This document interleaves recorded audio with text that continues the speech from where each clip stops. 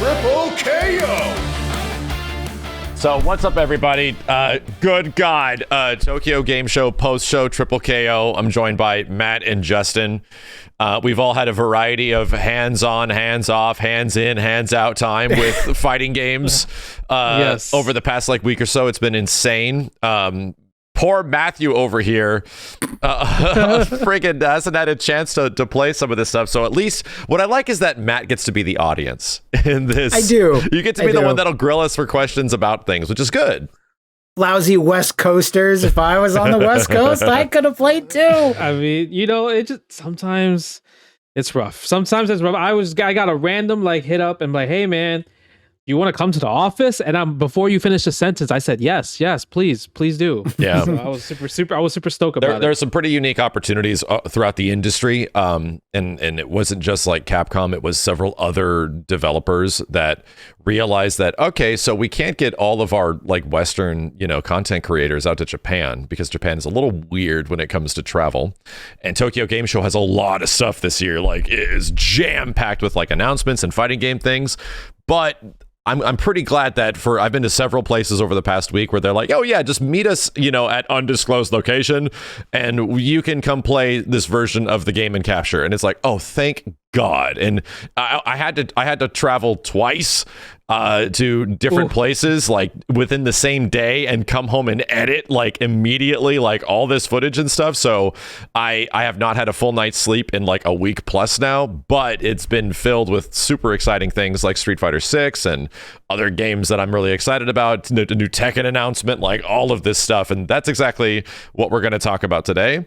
We are going to go over all the crazy Street Fighter 6 news, a lot of the reveals that happened within the game itself, between all the content that's actually in the game, all the modes, the hands-on time that myself and I'm pretty sure Justin had, because we've all been making videos on this stuff with characters and how characters play. And obviously I dropped the most time into Ken because, really? Dang it. I was planning oh man, this is just my nature of my content creation life. I'm just going to play all these other characters and oh shit, Ken's in the game.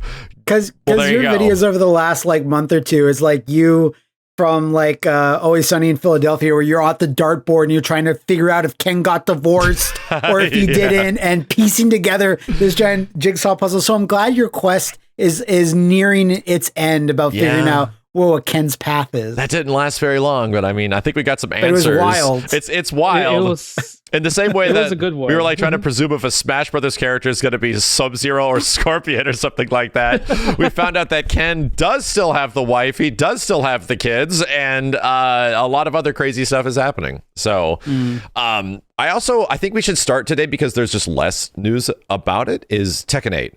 And this is a big deal, because for all of us in the little bit that we talked about Tekken, and we didn't even know what it was, the Tekken 1 remake that we were assumed so weird. It was an Evo.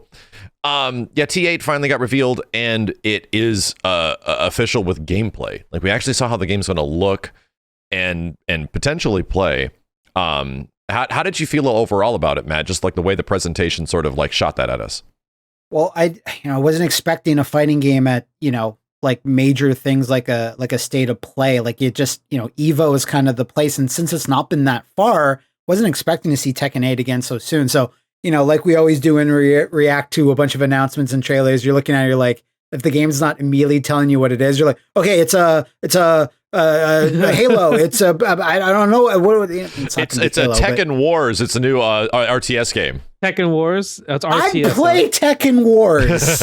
Would you? Did you play Halo Wars? I played a little bit of Halo Wars, but Tekken Wars, that actually makes sense a little bit. You pilot G Corp dudes and you position them and shit. Yeah, and the Machine Corporation, and then they farm shit. Yep. Oh yeah, no. Then we're not now talking about the Nintendo Direct. So, as soon as you saw Jin and Kazu there, I was holy shit. Okay. So, I mean, it was a good, unique trailer in that here's a bit of gameplay, but we're not showing what new systems are, what the HUD looks like. We're not there yet. But aside from how splashy the water is on their chiseled chests and some of the weather effects, I'm I was happy with it. It's not exactly, what I expected. I don't know what I expected really, but a lot of people have been saying over the years, since Tekken 6, like Tekken's not evolved that much on a visual standpoint. And at least this is like a little bump up. Yeah. But I need to see like the full game, like its HUD and what it's going to do cinematically, because while the very helpful PlayStation blog post where Harada chimed in and said a little bit of what they're trying to do, I was like, okay, that's cool, but it's nice to get a taste. It's still weird that this was not shown at EVO. I completely agree. I assume this was a deal that's been in the works for a while with Sony, because when certain corporations have their like websites or whatever, like Microsoft, Nintendo, Sony, they'll have someone write a blurb that says the name of the product, PlayStation 5, the power of the PlayStation 5. Yeah. So, it's clear that they're positioning this right now, at least, as a PlayStation title, even though thankfully it's out on like, it's going to be out on Steam and Xbox One and stuff like that, Xbox X, whatever. That was absolutely the mentality I was thinking as well, where it's like, geez, the audience reaction at EVO would have been astronomical. Phenomenal. The roof would have flown off the Mandalay Bay Arena in erupting excitement. So did you remember like kind of their reaction with like the casters like Harada and Mike? They just started losing their shit, right? Of like, oh my god, and everyone's like, we don't know what this is, right? See that trailer that was shown at State of Play, that would have been the perfect reaction to that. And this ultimately boils down to marketing reasons. EVO is just an event that doesn't have that many eyes. But Harada and McMurtrie are obviously they're connected with their community. They're connected with like, okay, if we tease something here, at least do something, right? That this could be a good opportunity to like prime people for the actual reveal, which is at a State of Play that pulls a lot of eyes and gets a lot of media attention, and like even more so than an EVO. And then something at that point makes a bit more sense why, we have a deal with Sony. First gameplay reveal is obviously not at even a Sony event like EVO is, because EVO is a Sony event now, and they save it for State of Play. True, I forgot about that. I just know that I'm not going to miss a State of Play ever again, because they announced pretty much Street Fighter 6 randomly. Street Fighter 6 was on a State of Play as well, and then now Tekken 8 at a State of Play. So I'm expecting from now on, every State of Play we will have a new fighting game. I do not care. I will not. Don't miss forget. It. The biggest fighting game premiere ever was one fateful Nintendo Direct where Max is watching and he's like slouching like this and he's like almost falling asleep. Then they show SNK Heroines Tag Team Frenzy and he's like, wait, what? Yeah, you can never miss one, because you never literally know when a fighting game is going to suddenly appear, and it's nice when they do. It does make sense from the perspective of like these big companies, because in the unfortunate reality of the situation, you're not going to make an initial reveal of a fighting game just for your hardcore audience. That's like literally not the point. You're trying to build a new audience or get people introduced to show them how cool this looks, or show it at something where you're going to be reaching people that aren't the people that are already going to be buying it. So I have a harsh reality for FGC folks. This is why you're not going to get a new MK NRS game announced at EVO. You might get DLC characters. That's usually the best place for EVO to go. But that usually is for like, hey, this is for our existing fans and maybe to pull some new people in to get like a good reaction out of the crowd. But I completely agree with you that like, man, just imagine seeing Kaz and Jin squaring off in this insane apocalyptic background with no primer ahead of time, and it just cues in the world. We're not the right people to be in this world or some shit. It's like, that was what crazy. the fuck is happening? Like, what are these characters? Like, that would have just been the craziest moment ever. But instead we got Kaz's goofy smiling face.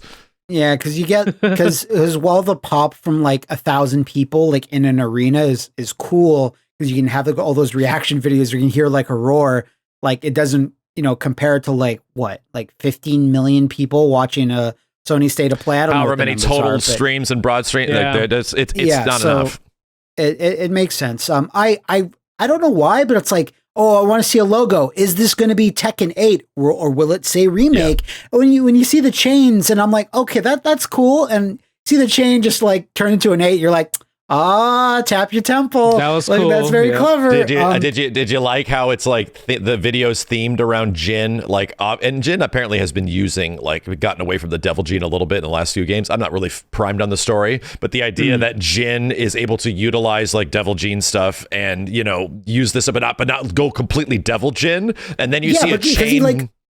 he tamed it. Yeah. He absorbed it into his body, and he's like used it in one punch. He's literally going through the same shit where you just went through in Street Fighter V. Yeah, every fighting game protagonist has to eventually. You know? Yeah, that could possibly be his rage art. Just like him go to Devil Jin animation, everything like that. But we did see some pretty awesome gameplay for like the little teaser gameplay, like the fact that it seems like there's like, you know how in Tekken 7 when you're about to die you get that slowdown effect. It seems like the slowdown happens is going to happen during the middle of the match, during the beginning of the match, depending on the frames of like if a button and another button is about to strike at the same time. Yeah, there was a great moment, I think, where Kaz does a low crush, like a jumping attack, and then Jin's low attack like literally whiffs, but you see the slow motion happen. It's like, man, I like those don't happen a ton, where you like low crush, high crush things like every once in a while. But I feel like it would be cool if we don't spend too much time meandering on that and just show like, oh yeah, you dodged the shit out of this. Here it comes, buddy. Yep. Like, I feel like that would actually be kind of dope in even just regular matches and stuff. But I think it just really depends, like, how often is this going to happen in a game? Does it make it special anymore? Is it just happening too much? Yeah, because it is something you would want to like at least let players toggle. Because it's like, you know, some of those cutaways can be distracting. It's like when KI had those like level 3 Ender camera cutaways. Good point. And they said like, let's let people toggle that off because some people don't want the flow of a traditional match being interrupted. But I interpreted that as like, this is a story mode fight. Yeah, me not too. necessarily a versus mode fight. And even I'm cool with that. Even in the PlayStation blog, Harada did say that this is story mode. Like, they actually are focusing. This is specifically a story mode sequence, that some things will change in the final game from the gameplay you're seeing here to how you actually played in the game, but they made it ready for the trailer. It's the exact same treatment that they treated Tekken 7 with, where the first things we really saw in Tekken 7 visuals that wasn't the arcade version was Akuma versus Heihachi. Yeah. And the story mode fight. And that changed a little bit until the final version, but that's brilliant of them, because that was some of the best marketing Tekken 7 had right out the bat, was fully cinematic battles in story mode, and it wasn't as like voluptuous as we kind of got in the trailers. Turgid. But eventually, like a lot of story mode stuff in Tekken 7 did have that, where it was like, oh yeah, cinematic battles, you know, and that's cool. That's honestly is one of my favorite parts about T7. So it's a smart thing that they're doing that again. And there's like two other things that they showed besides that. Was like they have the bound system is still there, where they like the opponent like bounces the floor, you get another like partial juggle. So that was shown, and then another one that was shown is kind of like the Guilty Gear Strive, where it's like you know how when Guilty Gear Strive breaks the wall, it goes resets to neutral. They showed that as well in Tekken 7, but that also could be a story mode element as well too. Mm-hmm. Yeah, it's still a little too early to tell. But I was just gonna say, I really hope that this is the Tekken that really, really sort of delivers on that cinematic story mode, because like Max said, like it had little bits of that throughout, but A, the story was garbage, like it made no sense most of the time. Unfortunately. And B, like what? 50% of it was framed through that weird like reporter like looking back on these events and just this weird narrative framing device. But like when it's firing on all of its cylinders and like, look at this cool battle like happening in a cutscene, now you like nothing else was doing that. Mortal Kombat kind of does that, but even then it was Not like really. Less slick. It was like you're watching a pre-rendered movie and then you can see when it cuts to the gameplay and it's very like artificial looking, and I want a good Tekken story in the game now. And that's the thing I give Tekken. A lot of people shit on Tekken 7's story because of like the story part of it, but I have to give it a lot of credit. Yeah, this cinematic stuff, which is like mid-battle cinematics, like characters get knocked away, slowly walk towards each other, you a bitch, and then like you know the camera cuts back in and you start fighting again. Like that is just so cool. Like the fact that we feel like we're essentially in a trailer, like fighting, is one of the best things T7 did in its story mode. Sorry, did you just create a brand new Harada shirt? One that just says "you a bitch." You a bitch. Don't ask me for shit now. You a bitch. But man, if you want a good Tekken story, bro, just finish the Netflix series that you just started but you never finished yet. Okay, it's my problem with it so far. We'll talk about like more fighting game. We'll talk about it's more. It's really good.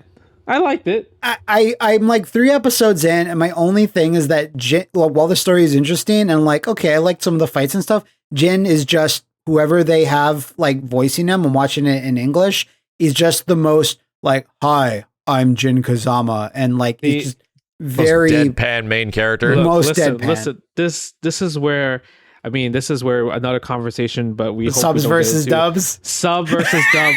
I tried watching dub the first episode because I want to support the English voice actors because we know some of them. But then literally after 10 minutes, I'm like, Japanese right away. Okay, I'll switch. Instantly, I had to go back to Japanese. I personally couldn't handle it. Do they really focus on like the mother-son relationship, like why Jin gets inspiration for the Kazama style and how only for the first episode? Really. Oh, Jesus Christ! Then it just becomes beat ogre. You got to beat that ogre. That ogre. It's pretty much Tekken 3 storyline. Yeah, it's like I'm like, but then throw Leroy in it.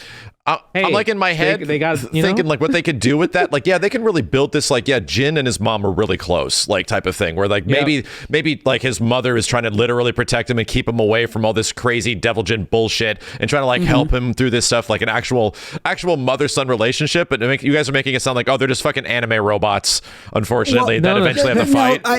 I would say it builds Jin and Heihachi's relationship quite in an interesting way. That's what the majority of the episodes I've seen. That's what they're kind of going for, and I kind of like that. Jun and Jin's relationship is like for a whole episode, which is the most it's ever been given. To be fair, sure, But that's the idea between multiple episodes. Like, I was thinking that, okay, it's going to follow Jin and he's going to eventually progress to the tournament. And I was like, oh, they're probably going to flash back to Jin and his training with his mother and the relationship he has with his mom throughout the whole series or something like that, so that we always have an emotional resonance. You don't really have that too much, Yeah, fuck emotional resonance. So they just... you don't really have that. Just watch the live action movie. That has literally what you're talking about. It flashes back... Yeah, it flashes back to when he trains with her, but I mean, then you're watching the live action Tekken movie, Max, you're a busy guy. You can't watch that. Yeah. No, I cannot. I would compare the Jun and Jin like relationship kind of to like the Street Fighter 2 animated like flashback with Ryu and Ken when they were young. Okay, yeah. Do you remember? Yeah, that one's good. That's kind of what they show. Yeah, that's kind of what they really show, but it's not like every episode, like, they go back in time type of thing. So you don't have to worry about stuff like that. That's not what you want. Yeah, I mean, to me, it's like when it comes to eventually like telling a fighting game story and stuff like that, like how we're getting into some side thoughts right now because there's a lot of Tekken media going on at the moment. But yeah, it's like fights are only actually important when things are important. When you care about it. You have to care. There has to be stakes behind this person doing this. You have to build up an emotional resonance. Is there expectations? Like all this stuff needs to come to a head in some way, which is what makes like the Matrix great. Like the fights have big stakes every single time people fight, Yeah, but you can just watch King randomly throw out throw combinations on a character that doesn't really matter, but it's cool because it's King. Little Majin shit. One, there is huge stakes because it's for the king of the Iron Fist. That's true. First of all. But two, I think for any like Tekken fan that plays the game and everything like that, when you watch the characters fight, there's so many resemblance of moves. You'll be like, oh, that's an electric. It's an electric. That's the Jin's laser fist. That's like shall use this and all this other stuff. They kind of like fighting game Family Guy reference moves like crazy. Yes. Remember that time I did an electric wing God fist? Is that kind of it where it's like, I've seen that move before. I've seen that move before. Yep. Oh, man. I loved every second of it. Okay. Since the fights are done with 3D models in the anime, I wouldn't be surprised if Harada just sent the mocap data to the anime studio.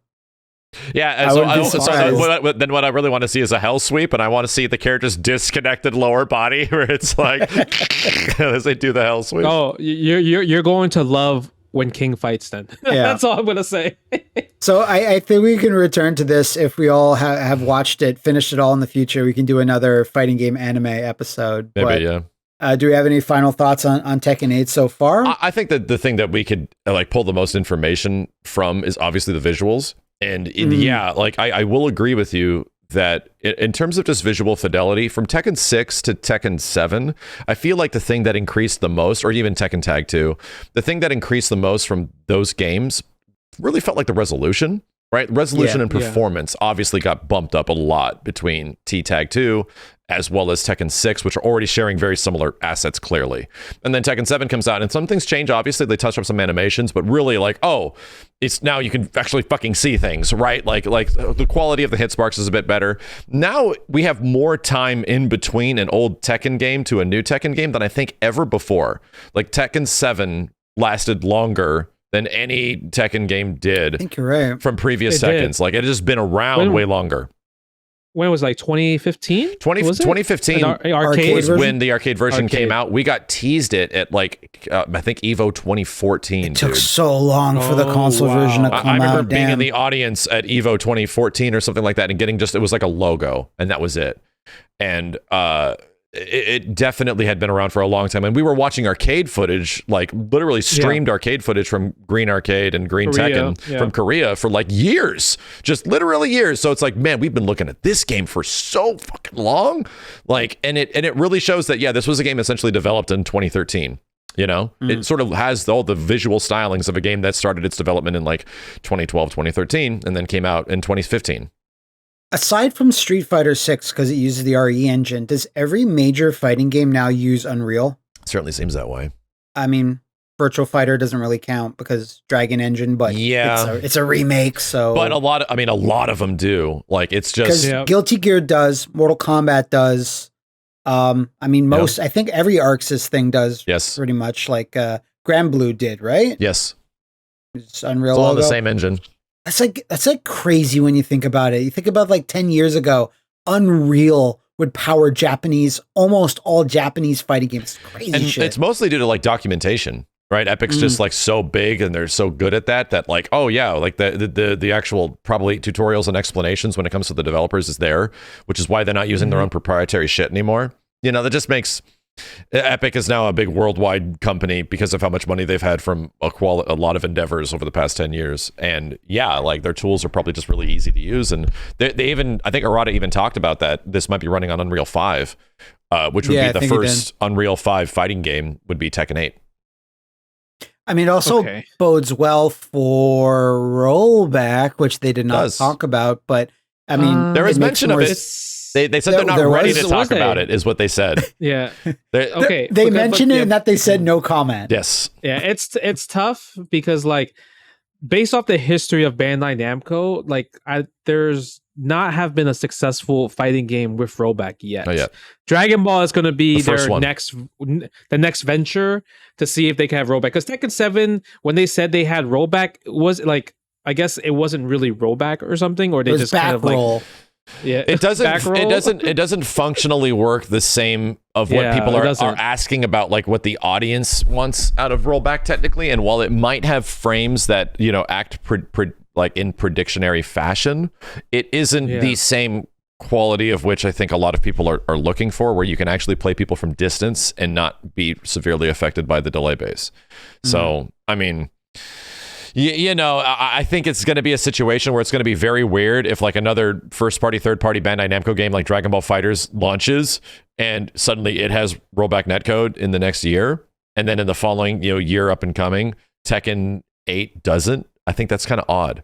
Because then you're like the last fighting game that doesn't. Pretty much. Because I'm assuming Street Fighter 6 will. Yeah, for sure. I think they would. And it just seems tough because I was thinking about like 3D fighting games, and I guess there hasn't really been a 3D fighting game to my knowledge that has rollback. Technically, no, and that's usually the fallback that Harada goes to, that it just doesn't work here. And while he might have some truth in that situation, where it's like, if you want to retrofit rollback into Tekken 7, it's probably impossible, and it probably won't work on the Xbox One version, and it probably won't work on the PS4 version, just because they don't have the extra horsepower to do it. But to say that rollback does not work with 3D fighting games is just not true, because we now have functional Soul Calibur, we now have functional Virtua Fighter, we now have functional rollback netcode games on Fightcade, and they're great. Yeah, they are very good. I played Virtua Fighter 4 recently, and I'm like, oh, this is. I actually thought it was like impossible based off what people were saying, but I mean, I hope Tekken 8 really does do rollback, and they do a great job. I guess Dragon Ball FighterZ will be kind of like their first venture to see if they can do it. If it does, then that's more expectations for Tekken 8 to get rollback. Yeah, but it's more like convincing Namco higher ups that like is it going to boost sales of Dragon Ball Z Fighters? I mean, it most likely will. It'll probably pick up like, and- a couple of thousand more sales. And here's the thing. I think it's going to happen. Personally, it might be some mega hopium, and I'm sucking that shit down. But I think I think even though potentially having rollback in a game doesn't directly lead to like a multi-million seller, it does allow your hardcore audience, which is the most vocal and verbal, to essentially be happy that the future of their game isn't going to suck major ass. So the thing is that part of the audience is very vocal, and they can make it seem like they represent a much bigger part and actually have a much bigger impact on the overall public perception of a game, because if the game suddenly doesn't have it, that negative impact from social media, if not audience perception, is potentially more damaging than just fucking doing it. Absolutely, yeah. So Okay. we'll see. The other thing that they did mention in the blog, I think, is Harada had said, is there going to be an arcade version? And he was like, we're showing the console version first. No way, man. That's all we're saying. No way, Damn, man. no way. Really? You know why no way, man? What fucking arcade machine is going to run a next gen Tekken game? Yeah, maybe you're right. What hardware Okay. does It's true. you're gonna have to build like literally an entire you have to a create super good PC. Like we have to. It's not even just like a PC. Like these machines that even run Tekken 7 and stuff like that have to be like completely built into a cabinet with different harnesses and different boards and all this shit to actually run and operate like on a different level than consoles do. It can't just shut off after 7 hours of usage. Like, oh, PlayStation warns you your fan's getting too hot or something like that. Like it does that. So this is you have to create new hardware that'll actually accommodate it and shit. And most of the hardware that's like in arcade machines now are running on like GTX 1060s and stuff, right? Like they're really old. So you're breaking my heart. there's just like what hardware are we talking about that does this shit, man? Like most arcade games in Japan are running off of that old stuff that you have to literally create an entire division to create new arcade hardware to also create a new console. Like, what the fuck? No, this is not happening. There's not going to be an arcade version. Counterpoint, they make an arcade version, but it looks like shit. Maybe. Like, that'd be incredible. Like, that is the most full circle thing ever. The arcade version comes out later, looks like crap. The only thing I can think of, like, lately is, like, there was an arcade version of Dead or Alive 5. I don't think 6, but of 5. And even then, I was like, what? They're making an arcade version of that now? And that's like 10 years ago. And that, it was 10 years ago. There was no arcade version of Street Fighter 5. Like it was in Japan. It was way later, super late. and it proved to not be super profitable. I remember Capcom talking about in their investor reports that like the Capcom arcade type has not like returned the investment that they were expecting or something like that. It was in a report like a couple years ago.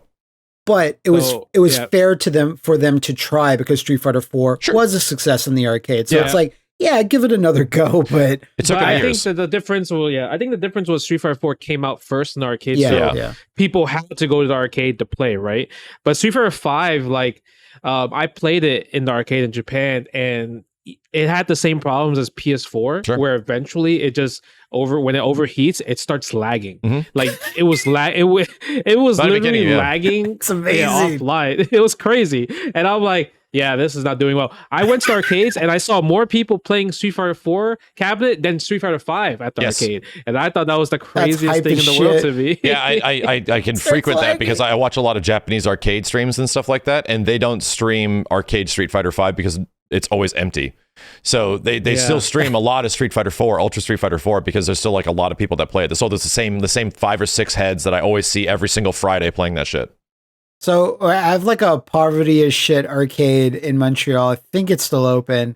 And I swear up until like 5 years ago, they had vanilla arcade Street Fighter 4 still running. Most places are still like that because they couldn't afford the updated boards. Right. And most of those are not legit. Most of those are aftermarket builds that if you go on the inside, they're not the official like shit that Capcom made. No, they're like mock PCs.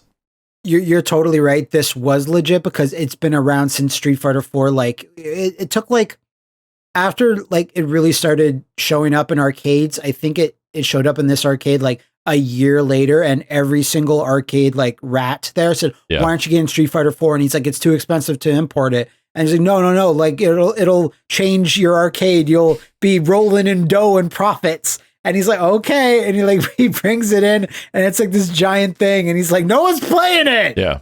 He was super you know, pissed at us. Bro, you know what's crazy about that, Matt? Is like the other day I went to my local, right? And they had an Ultra Street Fighter 4 tournament. And usually we have the same regular people come. But there was this one person I played in the finals, and I have never seen him before. And he was just a Chinese guy, don't even speak English, right? And I'm like, oh, like where did you play Street Fighter 4? Like how do you get so good? And he said, I just played by myself at this random arcade in Vancouver, and then somebody told me about this tournament and I came. So he didn't even know there was a scene whatsoever until yesterday. Wow. That's amazing. And then he came to the tournament and then he got second, and now he's probably going to be a regular coming to play with more people. But he was those guys playing just whatever version of Street Fighter 4 at that little arcade that he was playing at, like downtown China. Legacy skill right there. Yeah, that was pretty cool. But I have to be like the bearer of bad news, like especially after COVID, right? And even during COVID, as of right now, the arcade scene doesn't really exist. Don't say it. I mean, and here's the thing: even pre-COVID, it didn't either. It was a very small percentage of folks where the actual arcade machines that get good play are much different kind of games that like are like gotcha type things that are actually big in Japan right now. But then it would just be up to that arcade operator, like a round one or something, saying, well, let's just import a cabinet from Japan. Sure. Because Namco or whoever is not actually distributing them themselves to America, because the market is exactly what Max just described it to be. But you could still, there's still a chance you could play it. And here's the other like super harsh reality of this on the consumer end. Like if you are, okay, yeah, I'm going to get a Tekken 8 arcade cab. Let's do this shit, right? That's going to be like 50 grand. At least. Way. At least. 50 No, it's grand? expensive. Street Fighter 4 in Street Fighter 4 in 2008 cost $25,000. Get out. 2008 No, money. yeah, I'm not kidding you. I know the guys that ran the arcades that had to buy these, and they eventually bought aftermarket Chinese knockoffs of it so that they can actually make the games function and not literally break the bank entirely. So they literally did not end up buying official machines. They bought aftermarket machines because there was enough people that wanted Street Fighter 4 at the time because the arcade scene existed in some fashion, right? It was on its way out, but it existed. No, you can expect Tekken 8 to run next generation visuals, even at lower resolutions that require completely new hardware, officially coming from Bandai Namco, that at least 50K, like not even arguing. And if it has online functionality and all that kind of stuff, and like a card system, like probably way more.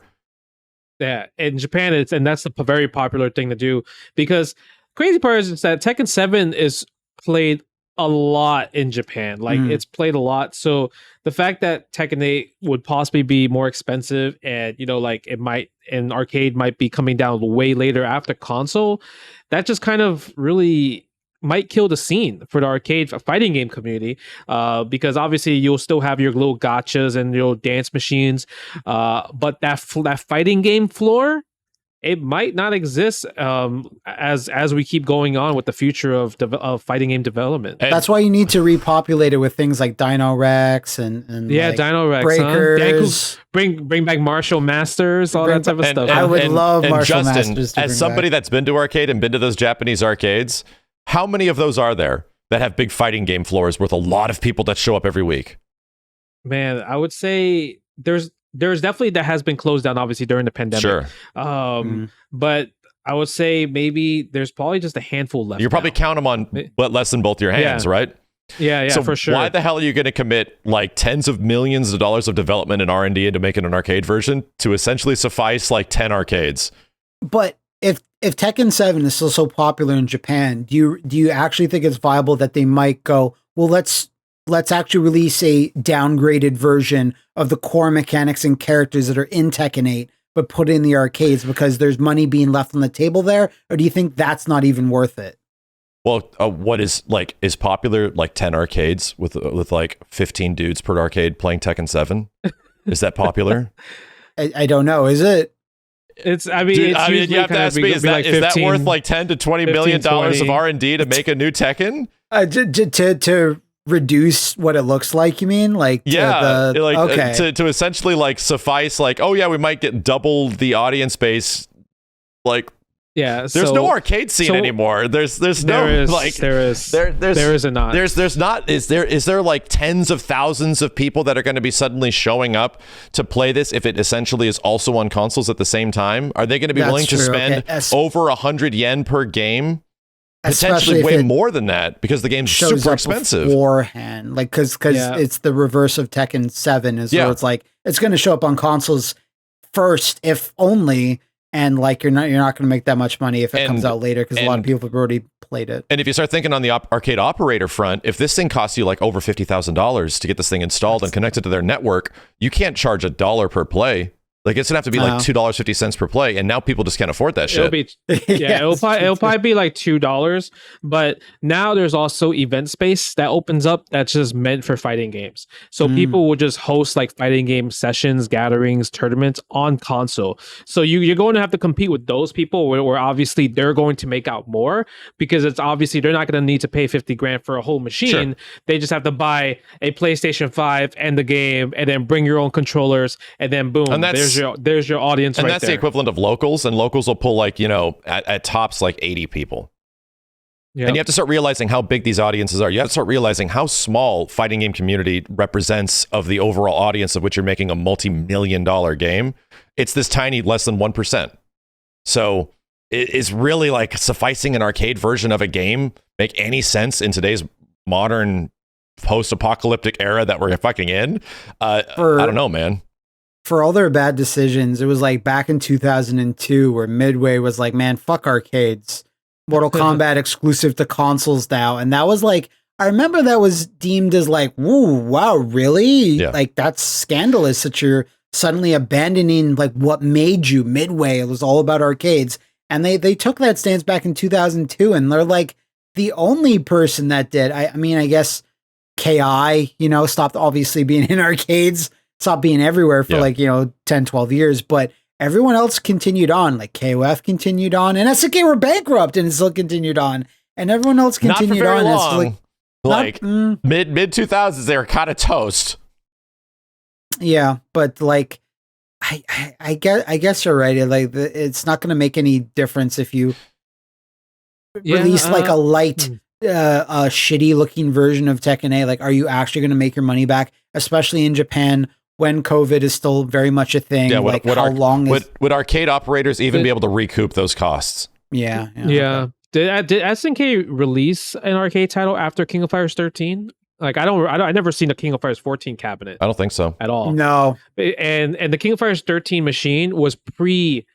It was before the console version was the next patch. So arcade King of Fighters 13 still had the original version of the game. Even in the mid 2000s, as like KOF started teetering off, right? They literally went full console, and like most of their games were just like 3D console PlayStation 2 games and stuff like that. Like I don't know if Maximum Impact came out with an arcade version. It in Japan it did. It was the regulation. It was the regulation A version with the Ash Crimson and stuff. That was them trying to get back into arcades because Maximum Impact 1 and 2 did not. And they're like, well, let's try to actually make some money in arcades. Shocker. I don't think it was that profitable, Mira. So the writing on the wall has been here since literally the late 90s, and the late 90s was the beginning where even if you read a lot of like there's dev blog posts that from Capcom and SNK and those developers around that time frame that literally talk about how they're trying to get away from the arcade because it's not profitable anymore.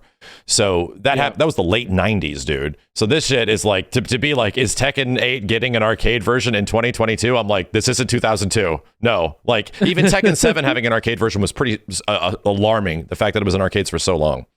Okay, but any theories as to why Harada was playing coy with it? He did not say that there's not going to be an arcade version, but he didn't say that there was going to be. It's like he might love arcades. He might love it. He might love it, but I think he was walking on eggshells. It might be the fact that they might have an answer for that sometime down the line, like in the same way Street Fighter 6 did. So the one thing I could think of is that when they have like, how like they have like Cooperation Cup for Third Strike, and then so they have this for Tekken as well too.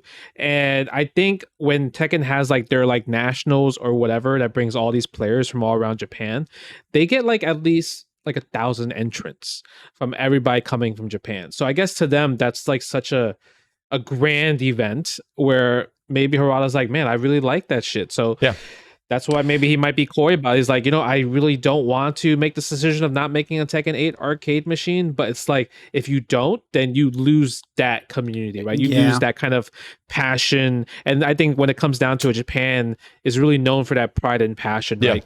Compared to like a lot of other companies. It's the like, same thing, even with Sega and Virtua Fighter, right? How they're going super ham on Virtua Fighter esports as of right now. And it's trying to carry over what the arcade community existed for so long with Virtua Fighter 5, Final Showdown. The idea is that these devs are connected to this shit the same way that we are, because we grew up with it. Yep. They're facing the reality in the same way that like I'm just aware of it. That I'm not trying to like shit on arcades. It's just a reality that it's just not something that fits in any space nowadays. Games being online with functional online that actually work are the way it goes. Fighting games being global and not local are now the way things kind of are. And if you have a local, if you have like a local to go to, that's amazing. Like that's literally the roots of what it was based on. But is that how 99% of people play fighting games? Do you think people play fighting games nowadays against somebody in their house? Like that's a real question. Do you think people haven't had anybody? Do you think people? I haven't. Yeah. Like what we do on video games here is like literally celebration of the shit that we grew up with. It's to keep that energy alive in some way, because I think it's special, because it is going away. It's been going away for a very long time. Yeah, like, Street Fighter 6 comes out and like Kenny or Simmons will come over and play with you on a weekend, but then they'll go back to grinding by themselves, like in their homes. And it'll be the same for Justin, and it'll be the same for like many people. So it's an incredible thing that we all grew up with, where you go to some place and find something that you love with other people that love it and just get better at it, And that is like, some people still do that and try their best to keep it going, which is exactly what makes the fighting game community amazing, which is the reason we still use fucking arcade sticks, it's just to keep that old stuff alive, because it was such a profound impact on so many of our lives. Unfortunately, I even see when I go on Fightcade, I definitely see more people from Japan playing on Fightcade now too, and that's like kind of cool. It's cool, but also it sounds like a bummer, because that means that person might not go to arcades anymore in the future, because there's just no competition. The arcades is like, at least now it's meant for like a lot of retro stuff, but if you're staying at home playing Fightcade because you could play people around the world, then they probably wouldn't want to go to the arcade anymore as well too. Yeah, like the harsh, the other harsh reality of the situation is, if you actually want to get better and get yourself exposed to a lot of different player types and things like that, locals are not the way to go. Like, you need to get online experience to try to see how to play this whack ass character, and to play all these other people that know how to play this shit. Like, you just need that exposure, and online is just where the majority of even the best players in the world get their experience right now. Yeah. Those are some really good points, guys. I don't think there's any other fighting game news this week, so thanks for tuning in to TripleKO. All right, before we move on to Street Fighter, prediction on release date, or Tekken 8. Prediction? March 2024. That's fair. Yeah. Yeah, that is fair. I think that's fair. Just in time. Yeah, just in time for the new season. Here's the thing. Will Project L be out before Tekken? Oof, that's no. I think Project L comes like 2024 or end of 2023. Okay. Maybe end of 2023. Maybe. I think there's a very small chance that, and this is preceding me predicting that Tekken was really far out before it was announced and shown.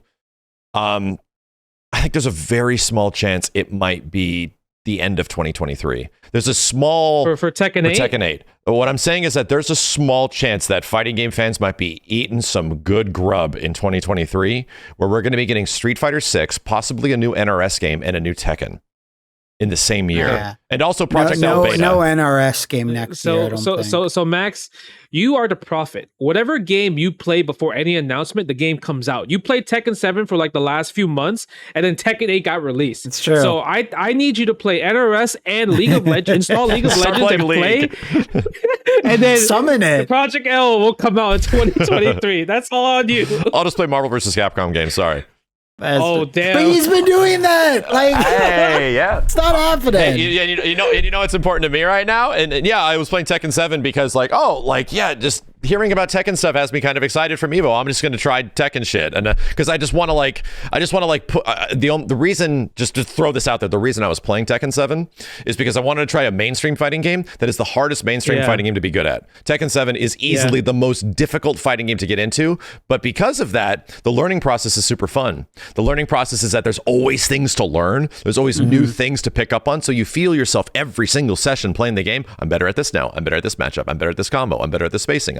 Like you feel yourself. That's what happens with hard fighting games, is that the increase in skill gap starts making it very satisfying because you feel like you're progressing. Sometimes with fighting games don't have a lot of mechanics, you just don't know what the fuck you're doing wrong. And you're just like, man, I don't know I'm doing all the stuff the pros are doing, but I just suck massive ass. And Tekken 7 is still that game at a very high level, but there's a huge upward process of figuring shit out. And I'm really enjoying that right now, and I'm trying to show that to people.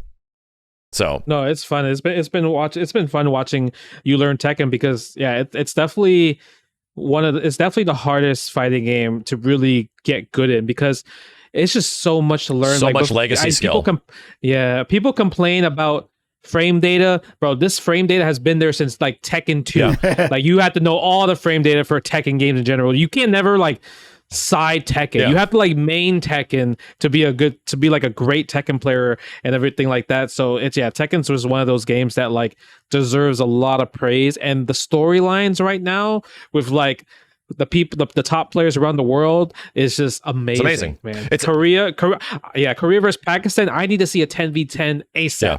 Yeah, it's great. Like the whole Pakistan element of the game has been so fascinating that just like suddenly this complete other part of the world is actually the best at the game. It's such a cool story, man. And that's honestly those stories have made Tekken 7 be as big as it is in competitive light, where I can still actually jump online to Tekken 7 and find people to fill lower ranks, because there's a lot of noobs. There's a lot of people at lower ranks still playing the game, and there's a shit ton of people smurfing the fuck out of me.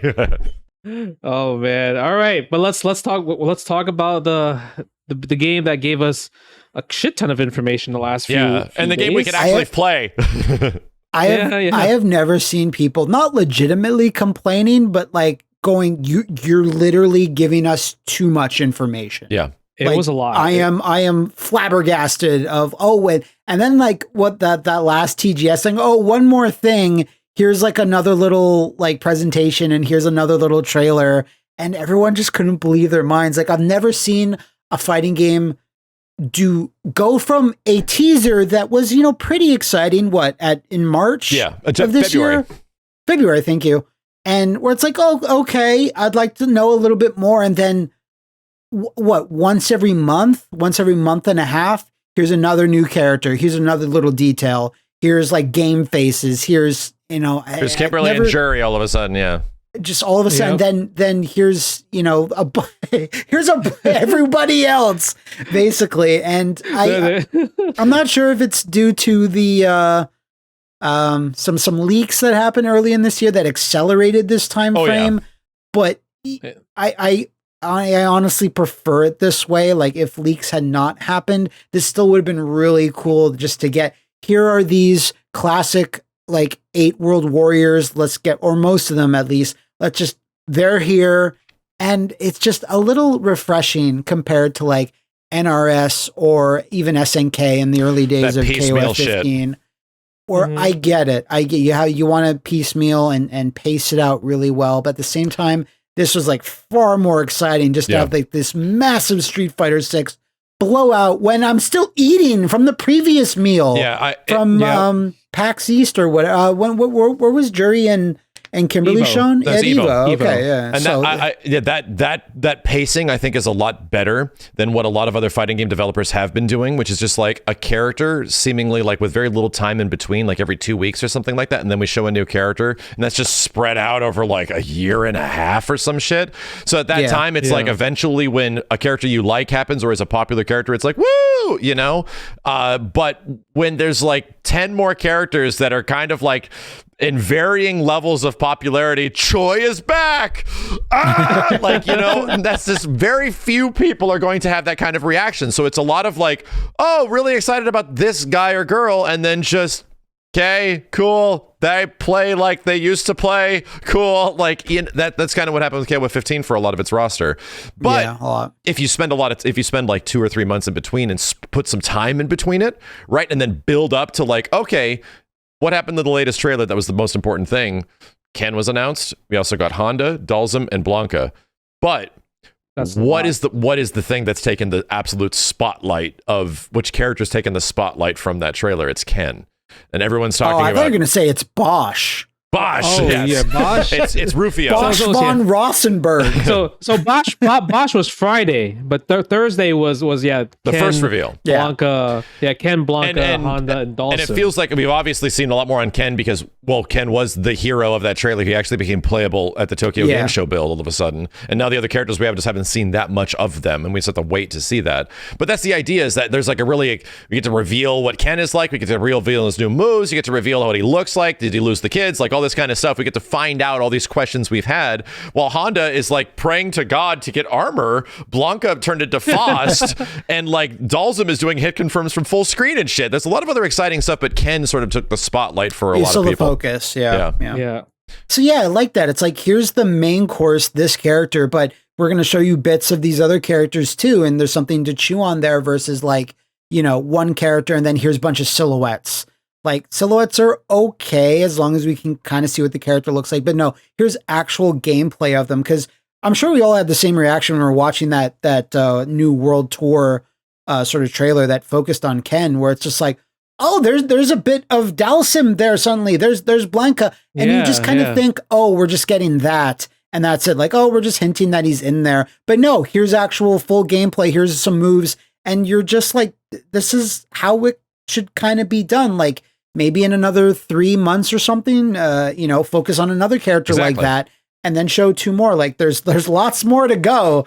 Because the day after that, they just showed us artwork of almost every single character. Roster. Dude, I guess that's the base roster probably. Right? I couldn't believe, like, just put yourself in the mental state. That was like, what was it, Thursday or something like that, when we were watching the Street Fighter the presentation where they go through all the other Capcom games, and then they spend like 40 minutes talking about Street Fighter stuff, it felt like, and then there's just stuff after stuff and single player stuff and like final fight modes and Tekken ball modes and like all this character creator and customization, and like it just kept going, and I'm like, Jesus, this is insane. And then they're like, and now we would like you to see this, and it's a dance presentation of all these custom created characters in the online lobby doing shit, and I'm like, I don't know what I'm looking at, bro. Like, what the hell is this shit? Like, what are we even looking at it? And then they pose, open beta test, like, holy shit. Like they get it. That was crazy. Like they get it. I'm like, what is the announcement? It's gonna be a t-shirt or some shit. Like they're dancing for a t-shirt or a CD or something.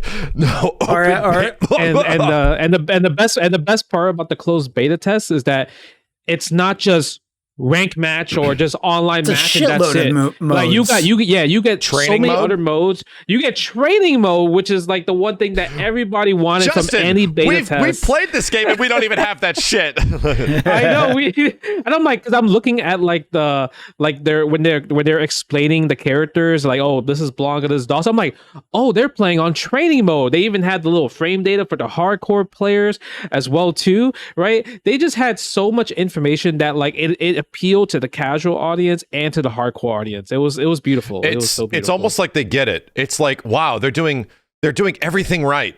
Like everything that we've been bitching about, like, oh, we should teach people how to play the fighting game in the story mode. This game's literally doing that. We should actually like figure out proper information to communicate frame data to people. Oh, we're actually doing that. Like, oh, we should actually have online modes that don't pester you about stupid lobby bullshit and just get you to play matches and have little. They're actually doing that. It's like, well, what the fuck else can we ask? Like, oh, they're actually doing crossplay. Damn, am I happy now? Crossplay. Am I happy? This is very weird. Oh, don't worry, Max. I've asked for stupid shit where they're like, oh, you can play classic games in the Battle Hub. I'm like, where's Final Fight Revenge? Yeah. Oh. Like, we're adding a Final Fight mode. Like, we're just adding a side-scroller Final Fight mode where you're playing in subways and in Metro City. It's like, the fuck, man? Holy shit. And even though they showed us that amount of World Tour, I still don't know how it fits all together. Like we know bits and pieces, but what's all the connective tissue between going to Chun-Li and being like, please, Chun-Li, teach me the spinning bird kick so I can travel across the block and get power-ups or shit. Everyone, I looked at yours. I looked at both your React streams where whenever your created character does a spinning bird kick to cross like over to a rooftop, I'm like, what the fuck is this? This is so weird. So it's so much cooler. Like they show shooting a fireball into some barrels. That's fine. That makes sense. But just do a random spinning bird kick that you master. This is I still have to say, it's still so much like deception mode, the story mode in deception, but still way better at the same time. The fact that the fact that you like learn moves from master Street Fighter characters, not just in fighting, but as traversal to unlock things in the world. I'm like, all right, cool. I can't wait to see a tier list on like which special moves are the best to get through like these levels and in this like World Tour RPG mode, because I mean you're going to learn like from multiple masters, but do you think you'll be able to kind of like mix and match them? I'd like to think so. I don't know if they talked about that yet though. Right? They haven't. Like, so imagine you had Dalsum's teleport with like Chun-Li's spinning bird kick. Like that'll be kind of cool, right? I think for the traversal stuff, I think it's like you can have like equipable moves, like a certain amount maybe. When you're in an actual fight, who knows? But I'd like to think that's like you can't have a character that has every single special move or anything. That seems like there should be some limits on that. Yeah, like they have slots, like Mortal Kombat 11 slots. Like you could assign 4 specials or 4 uniques. Like to me, I always presumed that was going to be the case, even from the first trailer where we saw World Tour. That like, oh yeah, your character's going to learn moves from Street Fighter characters, and you're going to pick the ones you want the most. Yeah, you know, and then I'm going to learn from Fong. Hopefully, you'll be able to take your custom asshole and fight somebody else's custom asshole online just for goofy fun sake. That'd be cool. Yeah, that would. I hope that mode is called custom asshole mode. That'd be Please. A nice online thing. So yeah, we saw Ken, and like there's been little leaks here and there about Ken beforehand, but it was so nice to see a trailer. And I think Max said this. It's like Ken looks cool. It's been a while, like for a mainline Street Fighter game. Like it looks great in Smash, but we suffered through I don't know how many years of Street Fighter V Ken looking bad at the start and looking bad by the end as well. Like, I don't expect Capcom to go in and change every single character to look, pristine. There is a bit of a history of them doing it before. Chun-Li and Marvel vs. Capcom Infinite. So they do it to Resident Evil characters as well. They sometimes futz with their faces before release and all that, but it's nice seeing Ken that looks different and is still super cool. And I think Max said like in some shots, in some instances, he looks like a good bit older. Yeah. And other shots, he just looks like Ken. And in some shots, he just looks like Terry. He just looks like Gauro Terry. Yeah. Because of the jacket. I was saying that I do really like the way Ken looks. I'm not completely sold on his costume, though. I'm not a huge fan of the jacket because he just looks like a homeless dude in some situations. That is literally like a kind of a part of his story is that he's separating himself from his money, from his family, and he's trying to like get his on the run. He's literally on the run. He's on the run. So I just wanted there to be like a button combination that takes the jacket off, right? Just let me remove. Why are you hating the jacket? You're hating on the Ego shipping company. Why are you hating on Ego, man? I just want that. I just want like the black the black like combat thing he has underneath his costume, and you just see his arms, and he just like with red pants. I'm like, that'd be cool. Well, here's the thing. I assume, and they're right to do this in the sense that like people will buy these as like nostalgia costumes. They have to be like priced DLC. Oh yeah. If they give those away as like, oh, here's just. They get their nostalgia costume is when you get the character. Like that would be incredible, but everyone would want, to get that option. Even if it was like a pre-order bonus, even if it was something like that, that'd be very generous, right? That'd still be. That's what SNK did with Gauro Terry. Yeah, and, for most of the DLC teams. For most of the DLCs, and then, but I do think it's going to be heavily DLC. Even the World Tour shops. I think there'll be DLC. The classic games could be premium items, DLC as well too, right? Yeah, so yeah, it also even kind of showcases a lot of things that Capcom's showing in Street Fighter 6, where they really show off a lot of like specific items in the game that's like could be eventually future Capcom merchandise, like Blanca doll, like the fact that Blanca pulls out a Blanca-chan doll as an attack, like a little false item. I feel like Capcom would eventually make that and sell it to the public as well too, because it does a lot of things that they have in Street Fighter 6 where they just kind of want to just make these clothing are possible. You mean in real life? Yeah, in real life. I have Blanca-chan dolls. Like an official one? Yeah, they made those. He stole them from Ono. They made them back when Blanca was like announced. Oh, I did not know they had an official doll. Those exist. We see in the trailers, like I think there's shots of it in the latest Street Fighter tweet. There's Blanca-chan costumes, like a huge full body Blanca-chan costume. There's a huge Blanca. So there's Max, do you have one of those in real life? No, not those. Oh. Not that one. That's the next Halloween costume. Speaking of Blanca, I think he's the one character. I'm not sure if Justin agrees. I think Max said something along these lines too. He's like, looks a little odd though. Sure. In this art style. I mean, it's very hard because I think in Street Fighter 4 Blanca looks fine, like because it behooves the cartoony art style. But when you try to like plaster RE engine shit, my god! And I'm sorry, his Osh Gosh Bagosh like blue jeans, little cutoff shorts, they make me uncomfortable. I don't know why, but I'm not a fan. You ever watch Powerpuff Girls? Yes, of course. I'm watching some right now. Right. So I told my chat this. Doesn't he remind you of Fuzzy Lumpkins from Powerpuff Girls? A little bit. That's what he reminded me of. And the funniest part about Blanca is when he's in exhaust state, when he's walking like a gorilla, like arms down and everything. He's just walking like that. I'm like, oh, he's so And that's the looking. reason you're kind of uncomfortable with it, because they went 100% on Blanca is a gorilla.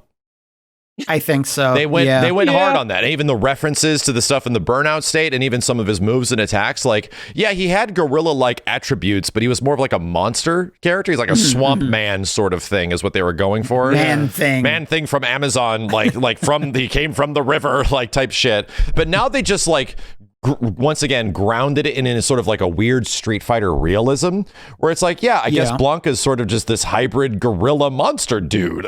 He's just a normal kid. Yeah, Billy is his name.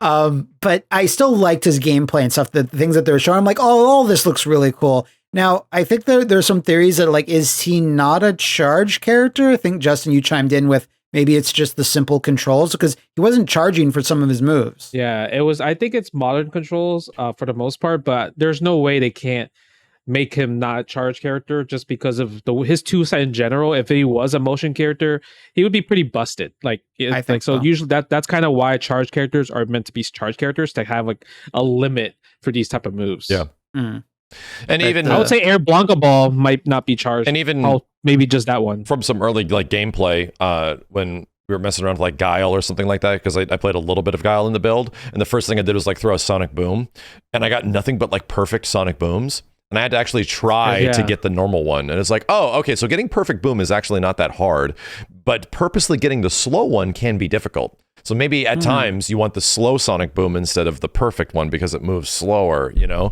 So it's like, that's starting to make sense to me, where it's like not like an executional thing, like, oh, that's why they're doing this, because they want to give the player like 3 different Sonic Booms and then 3 more Sonic Booms that work at faster speeds, because that'll change his gameplay a lot. Yep. And then when I was playing Guile, I tried them out in simple controls, like modern controls, just because in my head I thought, oh, Guile should be busted in this. You know, I'm thinking like 3DS Guile, right? 3DS Guile where you just tap on a touch screen.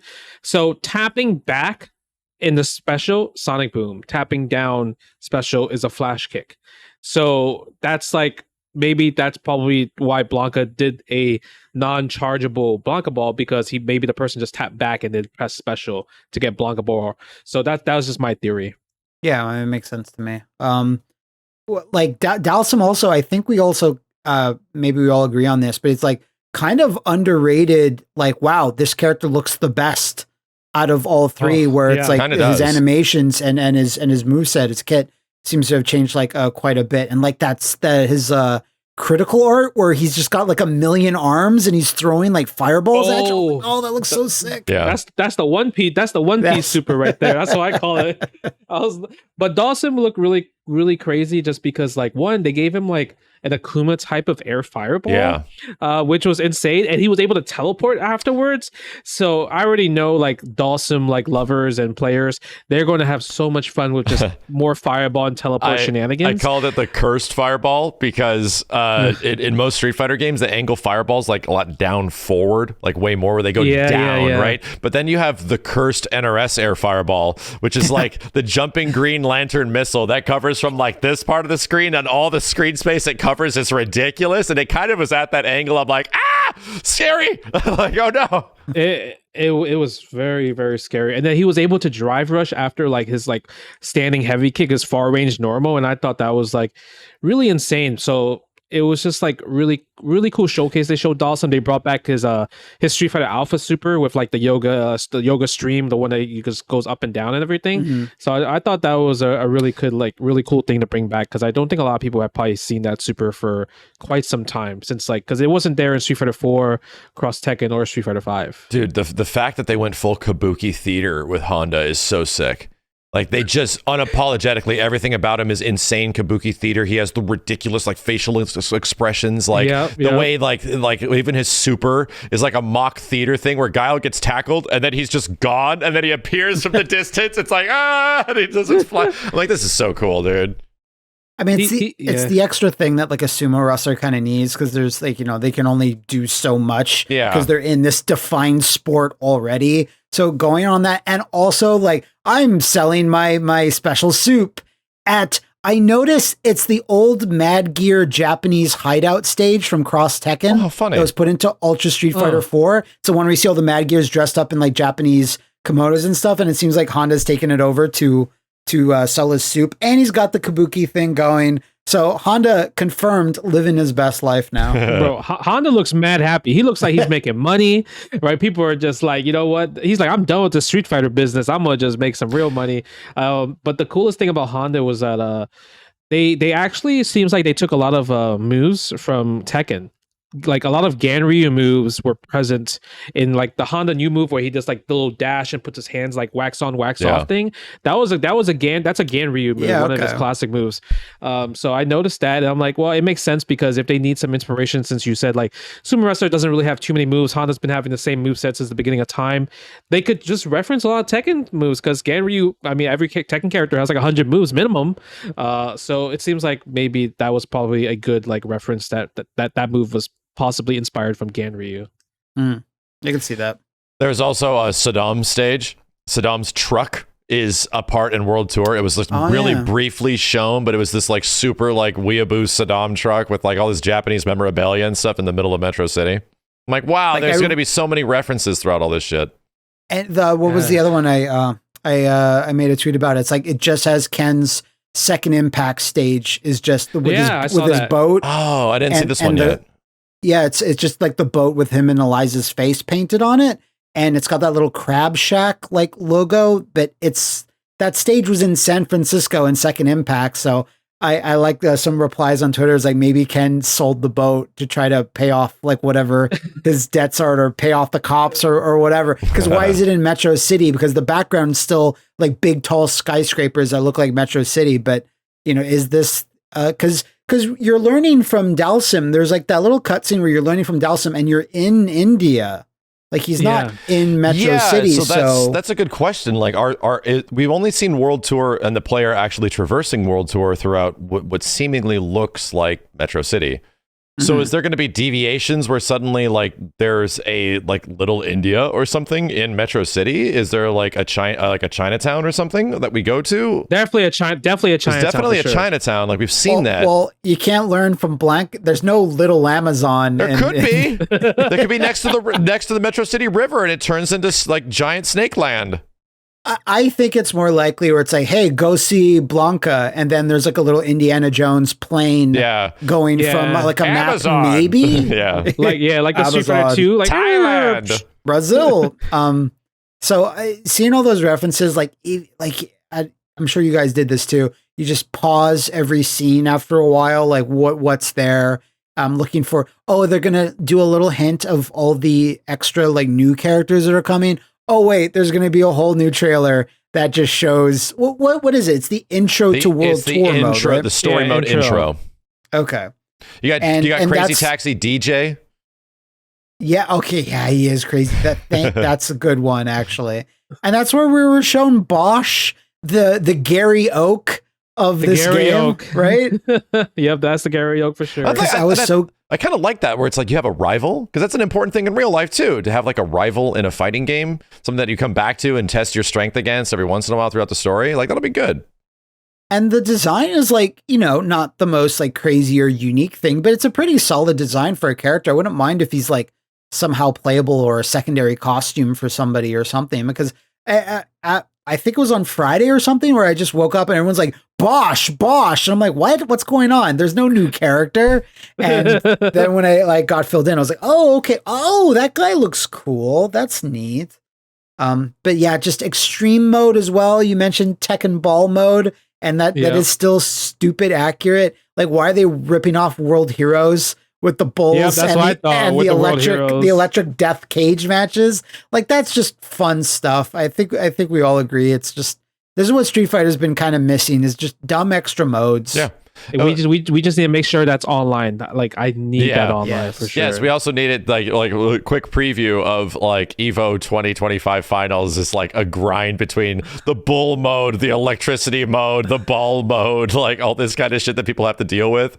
It'll just be fun, right? It's just should just be fun, goofy modes that exist in fighting games that let you just have dumb, goofy fun. Like, I don't know why everything has to be like the competitive standard. Do you think there's going to be more modes, or do you think like this is like, for the most part, like this is it? I think the only one that we haven't seen is probably like just a regular arcade mode, right? Whenever that is. True. But that's probably going to be in the game for sure. Yeah, we haven't even seen if they're going to go the full breadth and have like a story mode, world tour mode, and then also arcade endings for characters that sort of like revisit and retell like what's going on. That's what NRS does. They go full ham on that shit. Yeah, I mean, I know it's still a lot, like we're already eating so well, but I think that's kind of something that hurt the Street Fighter V in terms of the casual audience buying it. They're like, I can't just go through an arcade ladder like 10 matches and get an ending. I'm like, you can, but it's not really that. It's something different. When they did add those other modes in later, the legacy modes where you go through Street Fighter 1 and Alpha and you just got the artwork. It was just, it was pretty janky. They handled it poorly. So if you just do like 8-10 fights and get like just a text description, I don't know at this point. Like, I'm not asking for like a big CGI movie or anything for every single character. I mean, it'd be cool if you could, but just kind of anything where you fight a final boss is best case scenario is like the fight starts, a brief explanation with some just animated, not even animated, but just like some still images and artwork, just explaining how the characters have gotten from Street Fighter 3 to here. Yeah. And then it concludes with like the characters' trials of why they're fighting people. At the last fight is a rival fight or something like that. And then it concludes with like where they're going now in 6. It's when you mentioned that just right now, Max, I'm just confused now, because like we know that this is after after Street Fighter 3, right? Like almost a decade after Third Strike potentially. But then in the trailer, like I guess the intro to World Tour, they showed a screenshot of G. Yeah, they showed a screenshot, but technically it should be Q? That wasn't G. That was JP. Oh, that was JP. The dude with the hat, the bearded dude with the hat, right? Yeah, it looked like G at first. So that's a good observation, because I actually talked about with the guys last night. There's really a shot where JP looks like G.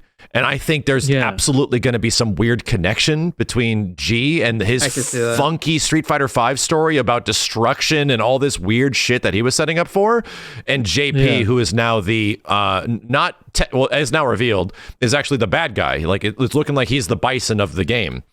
So that's what I was going to ask, because you're going through World Tour mode and Metro City, and I was just thinking in the back of my head, what the hell is the story? Yeah. What are we actually doing? Like, Bison is clearly not here, at least not yet. If he's dead, I'm assuming he is.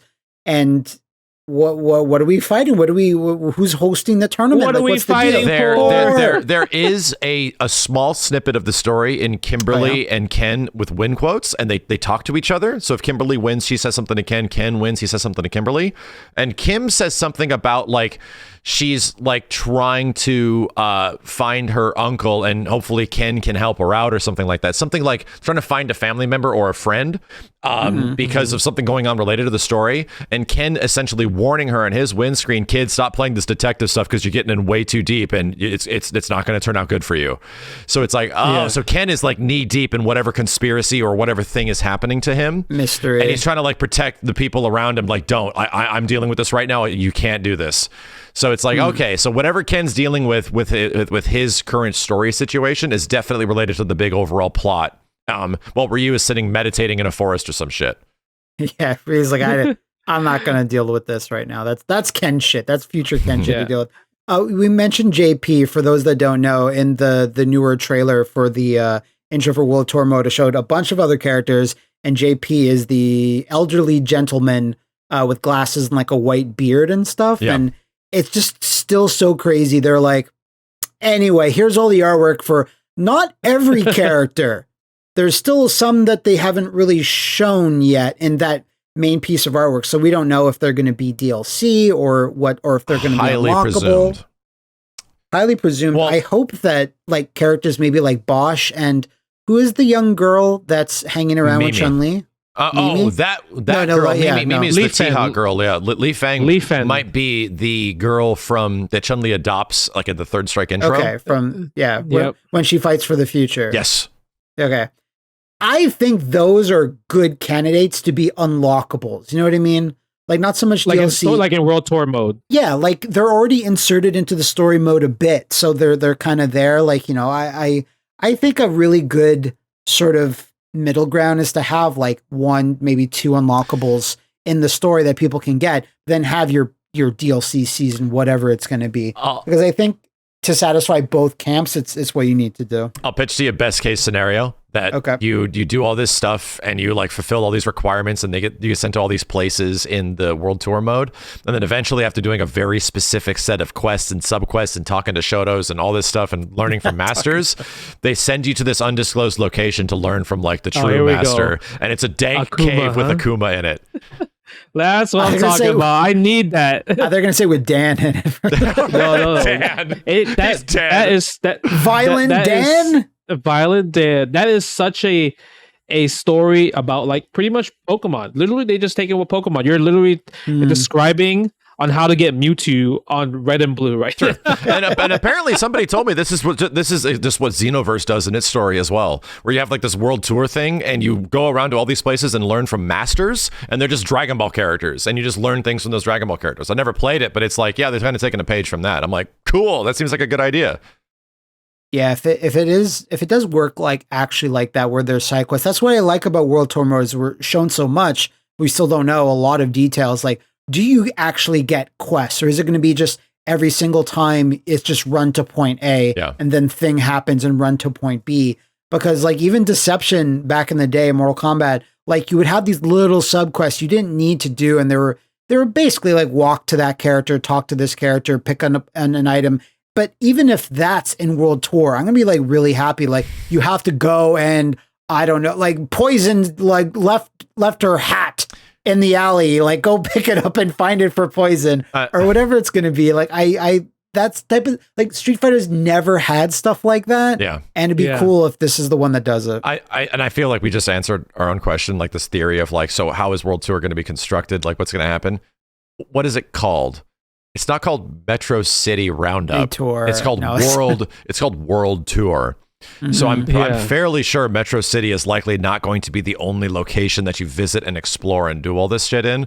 There will likely be other like big focus locations with other Street Fighter characters that will be in those areas. See, I'm not 100% like sure of that. I would want that to be the case, but that's just so much work at that point. It's called like, World Tour. It is. There's no way you can't have a like if you're gonna learn from Blanca or Dawson, you have to go to India or Brazil. Yeah, but I just amount that you're just like there's a cutscene on his stage and you just talk to him. like what Max is saying makes sense, but like that's such a monumental amount of work for a single player fighting game story mode that I'm just like, it does seem like a lot. But maybe Metro City acts as sort of like the hub, like your central starting point, and then you deviate and go to, and maybe like Metro City is the biggest one, and then you get like quarter size areas, and that would be great, right? That makes a lot of sense where you don't have like the full giant exploration, but you go to India, learn some dank shit from Dalsum, come back to Metro City, and you go back, teleport up a building or some shit, you know? Yes. Now you're Dark Souls-ing Metro City. Yeah. Okay, the next quest and everything like that. That makes a lot more sense now, because it's like, but because I think Chun-Li's stage, or I mean, she didn't have her own stage yet, but I'm just guessing the Sakura Chinatown. Right? Yeah, but like she could be in Metro City, but yeah, like, you know, India and Dalsum probably not, and the Amazon no. So going to like a little mini hub world and like, you know, having a couple of fights and learning from Blanca, getting his move and going back to Metro City, that makes a lot of sense, because that is kind of still a world tour. It is, yeah. You're doing it. You're looking for the One Piece, whatever it is. I hope that if DLC characters are introduced, like Akuma or something like that, that they expand World Tour mode at the same time. It would be cool, but I could definitely see what you're saying, where Akuma is just an unlockable in World Tour mode. Like I just feel like that is like Akuma's a good candidate for that. Yeah, the most easiest way to kind of like have like the excitement. It's gonna be a bitch for TOs, that's for sure. But I think it will be a good unlockable for World Tour mode at least. I think the crazier part about World Tour mode, let's say if it's like, how long do you think the possible gameplay, like how many hours do you think for you from start to finish would you be able to complete World Tour mode, do you think? 10,000 hours. I think it really depends on like probably completionist stuff, you know, like how much do you want to do? You can probably book through it really fast and just learn the proper masters and, you know, fight a last boss in the end or something like that. But I think that's the culmination. It's probably going to lead up to like a big final boss fight. I don't think it's going to be as nuts as like, you know, what they did with KI, or we talked about that before, like the Gargos mode or anything like that, where you got to get buffs, and there's definitely going to be a leveling up of characters and stats. So, you know, I think like even a healthy like 6 to 10 hours is enough for a story mode. I was going to say 8. Yeah, and then the crazy part is, let's say if it's like 6 to 10 or whatever, like you're probably, as like a Capcom fan, you're probably going to spend at least like 30 hours just looking for every Easter egg, because in this Street Fighter 6 game, there's too many. Like even just watching the trailer, you just see all these like kind of like monuments, like Hager's like monumental statue. It was the Masters one. Building. Yeah, Masters building. The Masters building. It looked like a bank. Yeah. And then you had like the Eagle Shipping Company, and like you have so much stuff to look forward to and look for. It's like it's gonna be like the coolest Easter egg hunt in the world. Chinatown in the Chun-Li area in the first trailer is actually the stage from Street Fighter V, the first stage they showed in SF5, where it's like the dudes on the bus on the right, and the Chinese. It's actually the same place, and the same way where like the bus and the subway is literally the subway from Third Strike. Like, oh wow, that's kind of neat. Like these things are actually littered all over the place, like little references to old Street Fighter games. Like Sodam's, you know, bus is there in one of the other parts of the stage. Normally I don't use it too much in most games. I do use it on occasion. I wouldn't mind a photo mode for World Tour. They have. They do. They have. I think there was a photo of something. Because in Battle Hub, you were able to take pictures of like you know how like Monster Hunter Rise, you're able to take like pictures and like do like a kind of like pose. A pose. Yeah, so Battle Hub showed that. So I'm assuming that you could probably do that in World Tour mode possibly, but if not, maybe it exists in Battle Hub at least. So the technology to take them is in there, but it'd be cool if you're like just hunting for things, or like even making a guide or something, like people like players are helping. Oh, you can get like Chun-Li's, you know, super over here or blah, blah, blah. Like, you know, whatever it is, and take screenshots of it. That's what I'm hoping for. I want them to bring back secrets, right? Let World Tour be like the thing that allowed old school fighting games to have that little bit of like nice like discoverability. I don't know how to unlock this character. Suddenly Akuma's whooping my ass, right? Like when weird random stuff would happen when you play old fighting games, it's genuinely interesting of just like, how the heck did we get this to take place? And if they could just permeate little secrets and references throughout World Tour mode of just like, yeah, you have to take all this weird crit path between all these characters to actually eventually unlock this move through Chun-Li or something like that. That'd be fucking awesome, dude.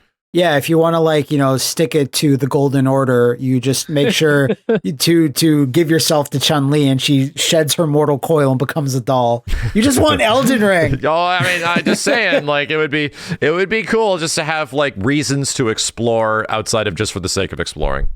Yeah, because, like we said, we kind of do want like side missions and little extra things to do. I was just telling Justin, you can miss this, but when you're playing, I'm talking about it again. When you're playing Final Fight Streetwise, you can miss Cammy, who's in there in like a unique costume that I still can't believe they referenced in Fortnite.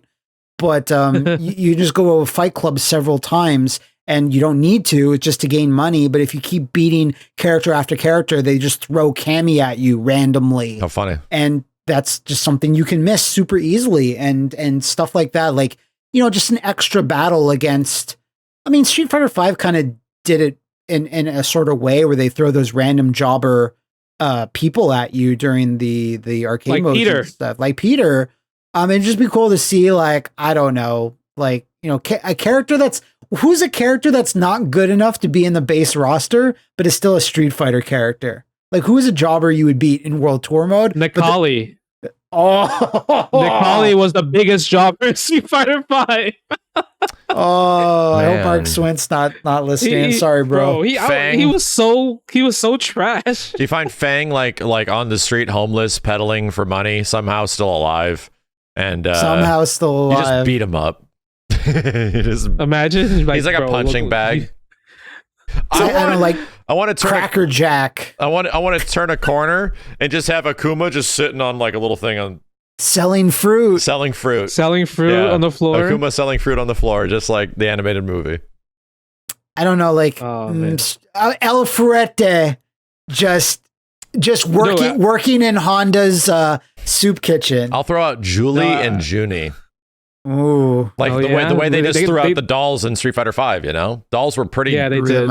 Dolls were pretty like haphazard. Like, they could be here, or they cannot. There you go. Oh man, I mean, there's a lot of things that they could do. Maybe even bring back like Alpha 2 Sprite Morgan, where she's in like that, like her hair down, like just walking around the street. Dude, if this game somehow features Morgan Sprite in some way in the game, that'll be like legendary.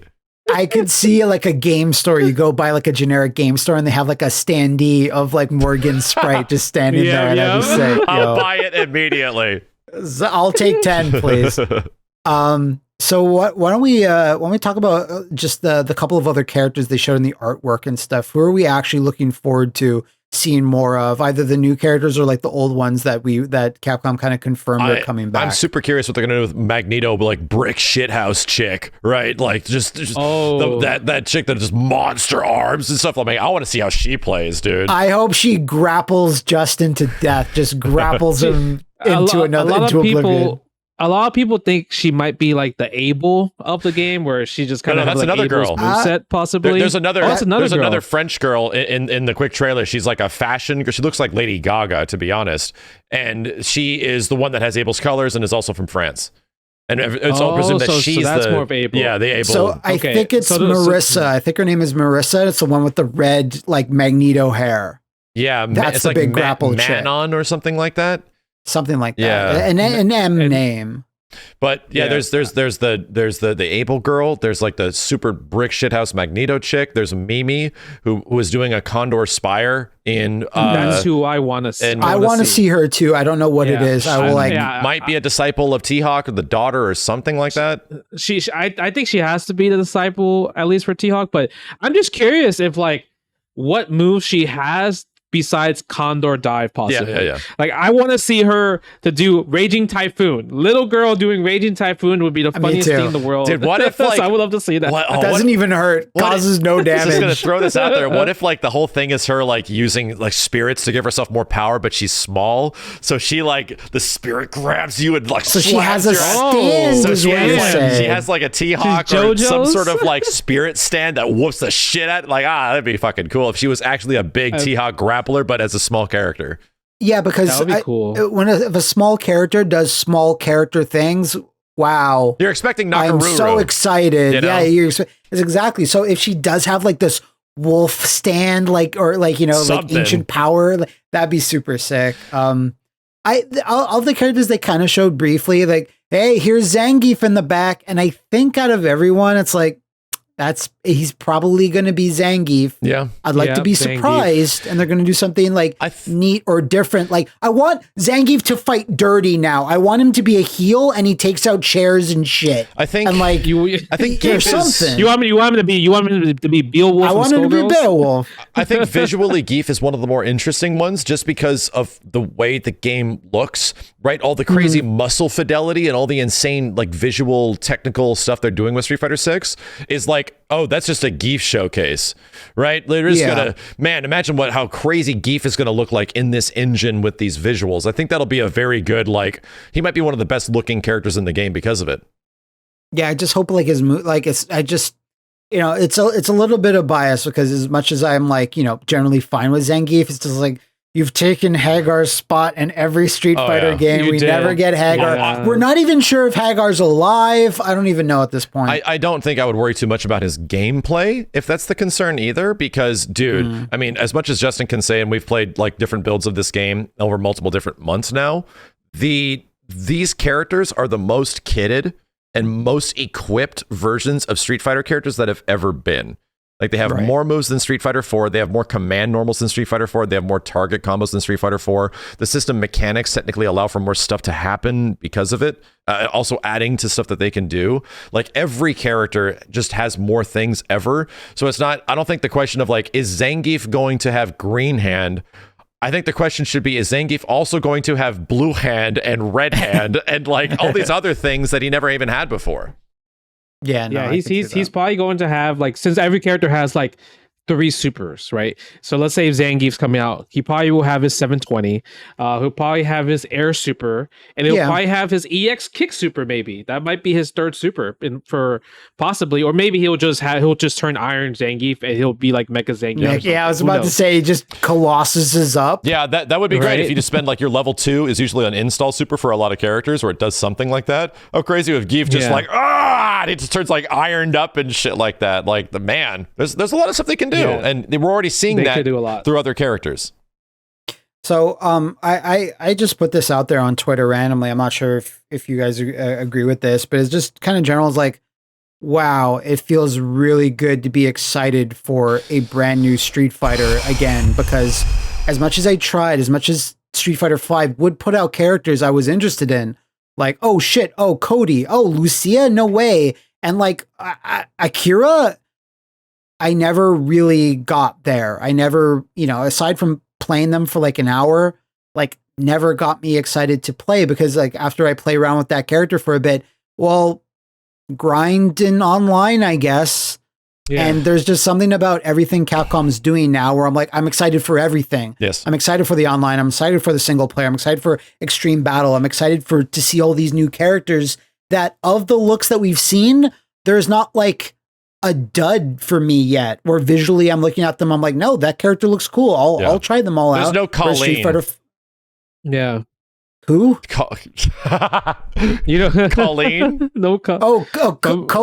Colin, yeah. Colin? There's no Colleen, which is just like, what? Or there's no Falk, right?